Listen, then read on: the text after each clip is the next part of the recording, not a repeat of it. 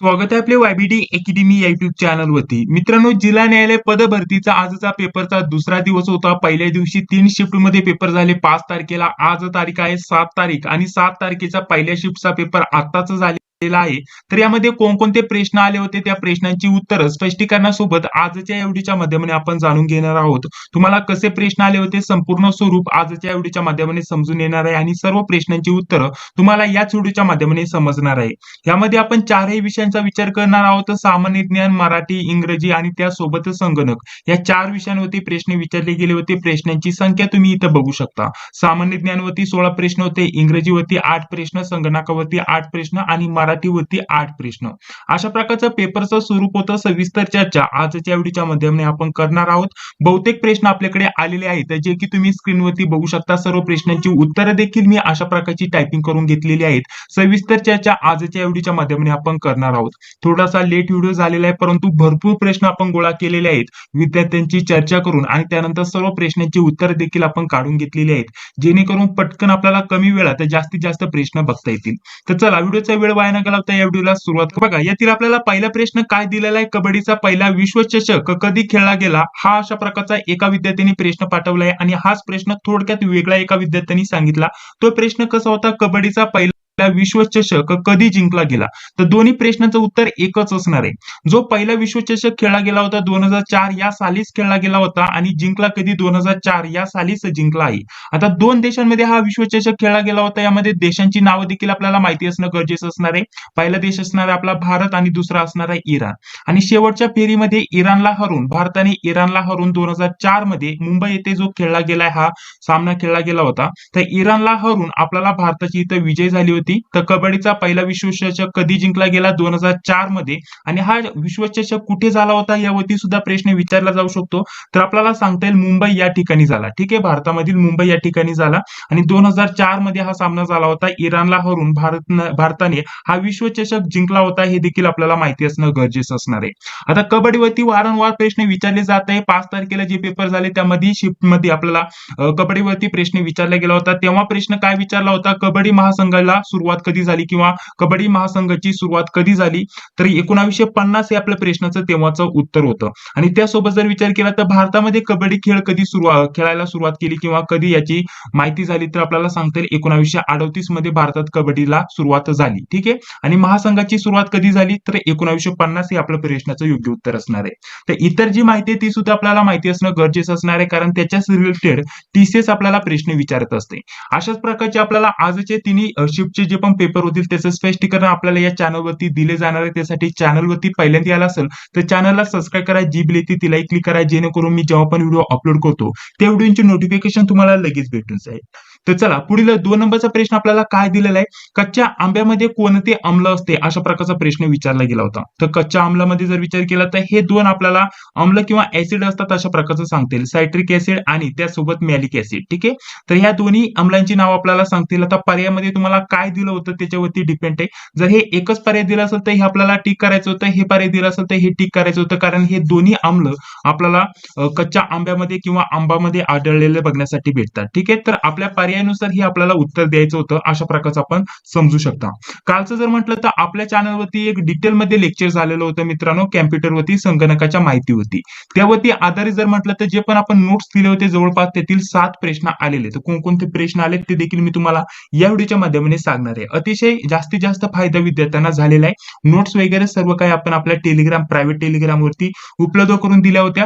बाकी विषयांच्याही नोट्स दिलेल्या आहेत, त्या कशा भेटतील त्याच्याविषयी संपूर्ण माहिती व्हिडिओच्या लास्टला तुम्हाला बघण्यासाठी भेटणार आहे. त्यासाठी फक्त या व्हिडिओला व्यवस्थित पूर्ण. तर बघा, पुढील आपल्याला 3 नंबरचा प्रश्न काय दिलेला आहे, सर्वोच्च न्यायालयाच्या हुकुमनामा आदेश यांची अंमलबजावणी व प्रकटीकरण कोणत्या कलमानुसार करतात किंवा कोणत्या कलमात त्याची उद्दिष्ट दिलेले त्याची माहिती दिलेली आहे अशा प्रकारचा इथे प्रश्न विचारलेला असावा. अशा प्रकारचा विद्यार्थ्यांनी जसा प्रश्न सांगितला तसा मांडण्याचा प्रयत्न केलेला आहे. तर जर विचार केला सर्वोच्च न्यायालयाच्या हुकुमनामा आदेशांची अंमलबजावणी व प्रकटीकरण हे सर्व जी माहिती आपल्याला कलम 142 मध्ये बघण्यासाठी भेटेल. आणि जर म्हटलं तर आपल्याला कलमे आणि हे सर्व जे कलमे असतात ते कोण तयार करते, संसद तयार करते, हे सुद्धा आपल्याला माहिती असणं गरजेचं असणार आहे. हा थोडासा प्रश्न व्यवस्थित भेटलेला नाहीये, परंतु जर म्हटलं तर असा प्रश्न आला असेल तर विद्यार्थ्यांनी सांगितल्याप्रमाणे मी प्रश्न नोट केलेला आहे. तर कलम 142 या प्रश्नाचं आपल्या इथे योग्य उत्तर असायला पाहिजे. तर बघा पुढील आपल्याला 4 नंबरचा प्रश्न कसा दिलेला आहे व्यवस्थित समजून घ्या. इथे आपल्याला 2 वाक्य दिली होती अ व ब अशा प्रकारची, आणि या 2 वाक्यांपैकी आपल्याला कोणती वाक्य बरोबर आहे, कोणती वाक्य चुकीचे आहे ते ओळखायचं होतं. पर्याय आपल्याला दिले होते 4. या टाईपचा इथं प्रश्न विचारला होता.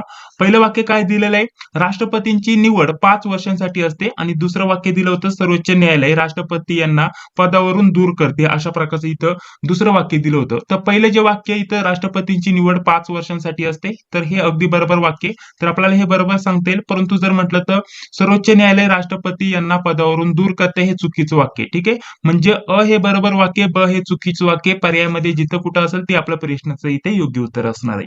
हे तुम्हाला समजून आलं. चला पुढील 5 नंबरचा प्रश्न बघूया. महत्वाचा प्रश्न आहे, वज्जीची राजधानी. ठीक आहे, जर म्हटलं तर प्राचीन भारतावरती हा प्रश्न विचारला गेलाय. वज्जीची राजधानी कोणती यावरती प्रश्न विचारला गेला होता. तर आपल्याला थोडक्यात याविषयी माहिती देतो. राजधानी देखील मी तुम्हाला सांगणारच आहे. भारतातील पहिले प्रजासत्ताक राज्य आपल्याला हे सांगता येईल 6व्या शतकामध्ये स्थापना झाली होती, आणि त्यासोबत जर विचार केला तर बिहार आणि लिचवी या ठिकाणी आपल्याला याचं सांगता येईल. आणि जर म्हटलं तर आपल्याला वज्जीची राजधानी विचारलंय, म्हणजे राजधानी आपल्याला सांगता येईल वैशाली. ठीक आहे, वैशाली ही वज्जीची राजधानी होती अशा प्रकारचं आपल्याला सांगता येईल. आणि प्राचीन भारतावरती हा प्रश्न आलेला आहे अशा प्रकारचं आपल्याला इथं दिसत आहे. ठीक आहे, 5 नंबरचा प्रश्न याविषयी संपूर्ण माहिती तुम्हाला भेटून गेली. तर 6 नंबरचा प्रश्न बघा काय दिलेला आहे, द्विकल्पीय वरती आपल्याला इथं बघा द्विकल्पीय पठारावरती एक प्रश्न आलेला होता. तर द्विकल्पीय पठारावरती कोणत्या महिन्यात पाऊस पडतो असा प्रश्न होता. ठीक आहे, द्विकल्पीय पठारावरती कोणत्या महिन्यात पाऊस पडतो अशा प्रकारचा प्रश्न विचारला गेला होता. आता द्विकल्पीय पठार म्हणजे हे काय आपल्याला समजून घेणं आवश्यक असणार आहे. भारत देखील द्विकल्पीय पठार आहे, हे आपल्याला कसं समजलं तर ते तुम्हाला सांगतो. द्विकल्पीय पठार म्हणजे काय, तिन्ही बाजूने समुद्र असणे. ठीक आहे, जसं की आपल्याला भारताच्या असं प्रकारचं जर म्हटलं तर इकडे पण समुद्र आहे, इकडे पण समुद्र आहे, इकडे पण समुद्र आहे. तिन्ही बाजूने जो समुद्र असणे, समुद्राने वेढलेले असणे, आणि एका बाजूने जमीन असणे, म्हणजे वरील बाजूने भारताची आपल्याला जमीन आणि दुसरे देश बघण्यासाठी भेटतात. ठीक आहे, अशा प्रकारचं. तर हे झालं मग द्विकल्पीय पठार, याला आपण अशा प्रकारचं म्हणतो. म्हणजे भारत हे द्विकल्पीय पठार आहे हे आपल्याला समजलं. तर आपल्याला भारतामध्ये कधी जास्तीत जास्त पाऊस पडतो हे आपल्याला सांगायचं होतं थोडक्यामध्ये.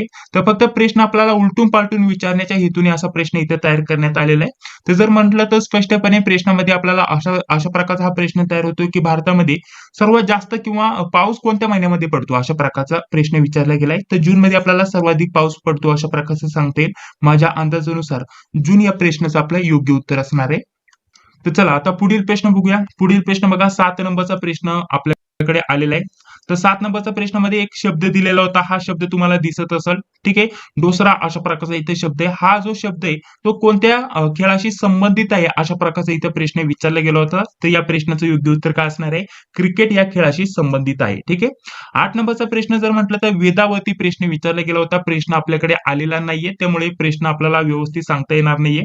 परंतु जर म्हटलं तर पर्याय अशा प्रकारचं होते. ठीक आहे, यामध्ये आपल्याला हे जे आपल्याला वेद आहे यावरती आपल्याला पर्याय दिले होते, परंतु प्रश्न काय आहे ते आपल्याकडे आलेले नाहीये. तर वेदावरती आपल्याला मागे सुद्धा प्रश्न आला होता ऋग्वेदावरती. तर व्यवस्थित जे पण वेद आहे त्याच्यावरती माहिती जी पण असेल ती आपण पाठ करून ठेवणं अपेक्षित असणार आहे. पुढे जर विचार केला तर 9 नंबरचा प्रश्न बघा, एरावत कॅम्प्युटरवरती प्रश्न आला होता. तर एरावत कॅम्प्युटरला जगामध्ये कितवा नंबर आहे अशा प्रकारचा प्रश्न विचारला गेला होता. तर एरावत कॅम्प्युटर हा भारतातील सर्वात फास्ट कॅम्प्युटर आहे अशा प्रकारचा आपल्याला सांगता येईल. सुपर कॅम्प्युटर आहे, कॅम्प्युटर नव्हे सुपर कॅम्प्युटर आहे हे आपल्याला सांगता येईल. जगामधील जे 500 टॉपचे कॅम्प्युटर आहे, ठीक आहे, जगामधील 500 सुपर कॅम्प्युटरची लिस्ट आहे. त्यामध्ये जर म्हटलं तर आपल्याला सांगता येईल एरावत या कॅम्प्युटरचा, आपला भारताचा कॅम्प्युटरचा 75वा क्रमांक आहे. कितवा 75वा क्रमांक आहे. त्यावरतून आपल्याला सांगता येईल एरावत या कॅम्प्युटरचं नाव आहे. आणि एरावत सुपर कॅम्प्युटरचा जगामध्ये जर म्हटलं तर 75वा क्रमांक आहे. अशा प्रकारचं आपल्या प्रश्नाचं योग्य उत्तर होतं. हे याच्याविषयी सविस्तर माहिती झाली. यावरती अशा प्रकारचा इथे प्रश्न विचारला गेलाय. ठीक आहे, बाकीचे सर्व प्रश्न आपण बघणारच आहोत. अजून विषयातून आपल्याकडे प्रश्न आलेले आहेत. बाकी जर म्हटलं तर मराठी, इंग्रजी या विषयांचेही प्रश्न आलेत, ते देखील आपण बघणार आहोत. इथे बघा ऋग्वेदावरती 3-4 प्रश्न आले होते, अशा प्रकारचं विद्यार्थ्यांनी सांगितलेलं आहे. आता कॅम्प्युटरवरती कसे कसे प्रश्न आले होते हे देखील मी तुम्हाला सांगत आहे. ठीक आहे. इथे बघा आपल्याला एक शॉर्ट की वरती प्रश्न आला होता, शॉर्टकट की जी असते त्यावरती प्रश्न आलेला आहे. काल जर म्हटलं तर संपूर्ण लिस्ट तुम्हाला दिली होती, त्यामध्ये ही की मी तुम्हाला सांगितली होती. इथे आपल्याला सर्कल प्लस सी दिले, तर ही कशासाठी की असते, कॉपी करण्यासाठी आपल्याला माहिती असणं गरजेचं असणार आहे. यावरती प्रश्न आलेला आहे. MS वर्ड वरती जर म्हटलं तर आपल्याला F9 आणि F7 यावरती या दोन की ज्या आहेत त्यावरती प्रश्न आलेला आहे. या फंक्शन की ज्या असतात यावरती प्रश्न आलेला आहे. यांचं कार्य काय आहे यावरती 2 प्रश्न आले. आणि जर म्हटलं तर या फक्त 12 कीज आहे आणि त्यांचं फंक्शन काय आहे, त्यांचं कार्य काय आहे, त्यावरती कालच मी लिस्ट दिलेली होती. ठीक आहे. यावरतून समजू शकता किती प्रश्न आलेले आहेत. जवळपास 7 प्रश्न ऍज इट इज आलेले आहेत मित्रांनो. ठीक आहे.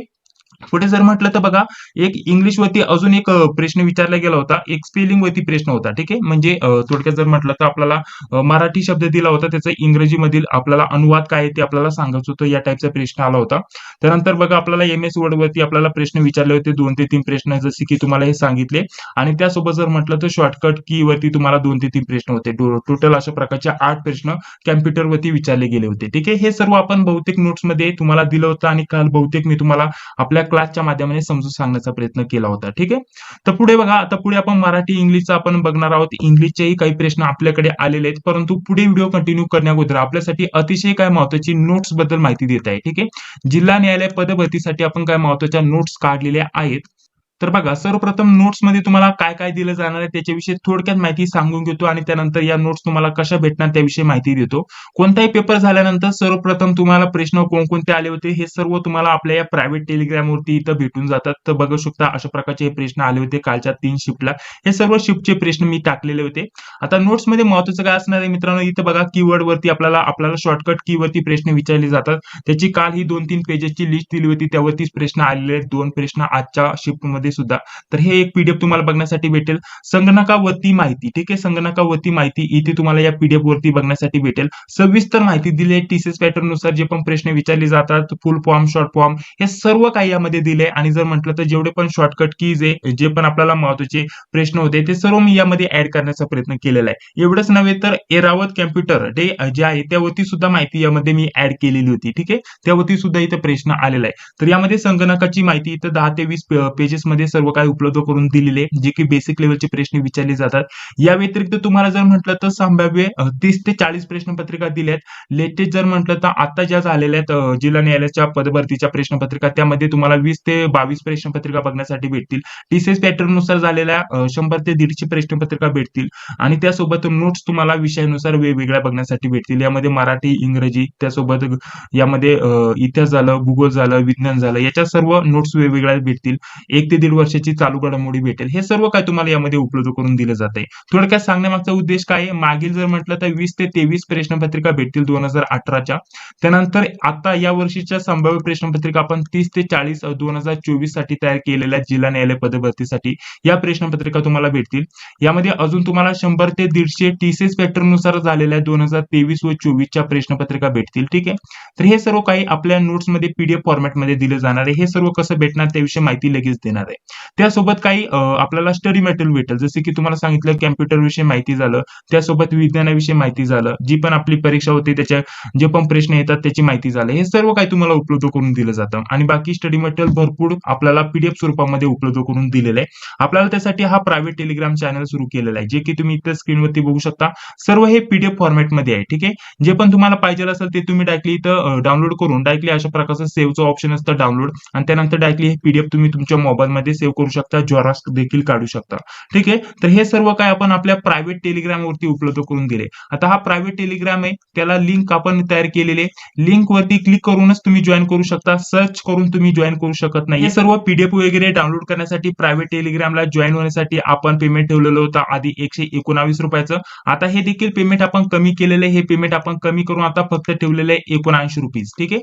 एवढे पेमेंट फक्त तुम्हाला करावं लागणार आहे. आणि त्यानंतर सर्व हे काही जे मी तुम्हाला स्टडी मटेरियल सांगितलं हे सर्व काही तिथे उपलब्ध करून दिलेलं आहे PDF फॉर्मॅट मध्ये, जे की तुम्ही एका क्लिक मध्ये सर्व डाउनलोड करू शकता जॉईन झाल्यानंतर. आता या प्रायव्हेट टेलिग्राम ग्रुपची लिंक तुम्हाला केव्हा दिली जाते, तर त्यासाठी तुम्हाला एक नंबर देतोय 91 39 64 31 99. ठीक आहे. 91 39 64 31 99 या नंबरवरती फोन पे, गुगल पे किंवा पेटीएमच्या माध्यमाने तुम्हाला किती पेमेंट करायचे एकूण 80 रुपयाचं. फक्त एवढं पेमेंट केल्यानंतर तुम्हाला याच नंबरवरती व्हॉट्सअपवरती फक्त स्क्रीनशॉट पाठवायचा आहे. ठीक आहे. कॉल एसएमएस करत बसू नका, टाइम वेस्ट करू नका, कारण ऑलरेडी खूप कमी टाइम आहे. तर या नंबरवरती पेमेंट झाल्यानंतर याच नंबरवरती व्हॉट्सअपवरती फक्त स्क्रीनशॉट पाठवायचा आहे. त्यानंतर अगदी 5 ते 10 मिनिटांमध्ये हे सर्व जे तुम्हाला सांगितलंय हे सर्व काय भेटणार आहे प्रायव्हेट टेलिग्राम चॅनलवरती. तर त्याची लिंक तुम्हाला लगेच व्हॉट्सअपवरती शेअर केली जाते. लिंक वरती क्लिक करून चॅनल जॉईन करायचं आणि जॉईन झाल्यानंतर सर्व पीडीएफ वगैरे तुम्ही डाउनलोड करू शकता. तर अशा प्रकारची आपण प्रोसेस ठेवलेले जिल्हा न्यायालय पदभरतीसाठी या सर्व नोट्स आपण काढलेल्या आहेत. त्यासाठी नंबर आणि बाकी कसं जॉईन करायचं सविस्तर माहिती तुम्हाला देऊन घेतली. तर चला आता पुढे व्हिडिओ आपण कंटिन्यू करूया. पुढे बघा, जर म्हटलं तर मराठी. आता मराठी विषयावरती जर म्हटलं तर प्रयोगावरती 3 प्रश्न आले होते. यामध्ये कर्मणी, सकर्मक, अकर्मक यावरती 3 प्रश्न आले होते. समानार्थीचा एक समानार्थी शब्द यावरती एक प्रश्न होता. विरोधार्थी शब्द यावरती एक प्रश्न होता. वाक्यांचे प्रकार यावरती मिश्र वाक्यावरती प्रश्न आला होता, एक प्रश्न होता. त्यानंतर विधेय विस्तारावरती 1 ते 2 प्रश्न विचारले गेले होते. टोटल अशा प्रकारच्या 8 प्रश्न मराठीवरती आज देखील विचारले गेले होते. पुढे इंग्लिश वरती बघा, आपल्याकडे फक्त एकच प्रश्न आलेला आहे आणि बाकी फक्त टॉपिक आलेले आहे. आपल्याला इंग्लिश वरती जो पहिला प्रश्न होता किंवा आपल्याला फिल इन द ब्लँक या टाईपचा जो प्रश्न होता, जो की आपल्याकडे आलेला आहे, या टाईपचं एक वाक्य दिलेलं होतं. आपल्याला इथं खाली जी जागा सोडलेली होती तिथे आपल्याला योग्य शब्द कोणता येईल ते सांगायचं होतं. तर तिथे योग्य शब्द येतो थ्रू अशा प्रकारचं. आणि पुढे जर म्हटलं तर प्रिपोजिशन वरती 3 प्रश्न होते. क्वेश्चन टॅग वरती एक प्रश्न होता. त्यानंतर ऍक्टिव्ह वॉइस वरती एक प्रश्न होता. पॅसिव्ह वॉइस वरती एक प्रश्न होता. डायरेक्ट इनडायरेक्ट स्पीच यावरती एक प्रश्न होता. अशा प्रकारचे इंग्लिश वरती सुद्धा 8 प्रश्न आलेले होते आजच्या शिफ्टमध्ये. टोटल जर म्हटलं तर सर्व पेपरचं स्वरूप मी तुम्हाला सांगण्याचा प्रयत्न केलेला आहे. आणि बाकी जर म्हटलं तर आपल्याकडे 9-10 प्रश्न आलेले होते. त्या प्रश्नांची सर्व स्पष्टीकरणासोबत उत्तरं जाणून घेण्याचा प्रयत्न केलेला आहे. ठीक आहे. हा व्हिडिओ तुम्हाला कसा वाटला कमेंट बॉक्स मध्ये सांगायला विसरू नका. व्हिडिओ जर आपल्याला आवडला असेल तर नक्कीच या व्हिडिओला लाईक करा. चॅनलवरती पहिल्यांदा आला असेल तर चॅनलला सबस्क्राईब करा, कारण पुढील जे आपण शिफ्टचे पेपर होतील ते सर्व आपल्याला या चॅनलवरती बघण्यासाठी भेटणार आहे. तर चॅनलला सबस्क्राईब करा, जी बेल येते तिला क्लिक करा, जेणेकरून मी जेव्हा आपण व्हिडिओ अपलोड करतो त्या व्हिडिओचे नोटिफिकेशन तुम्हाला लगेच भेटून जाईल. तर चला भेटूया पुढील व्हिडिओमध्ये. जय हिंद, जय महाराष्ट्र.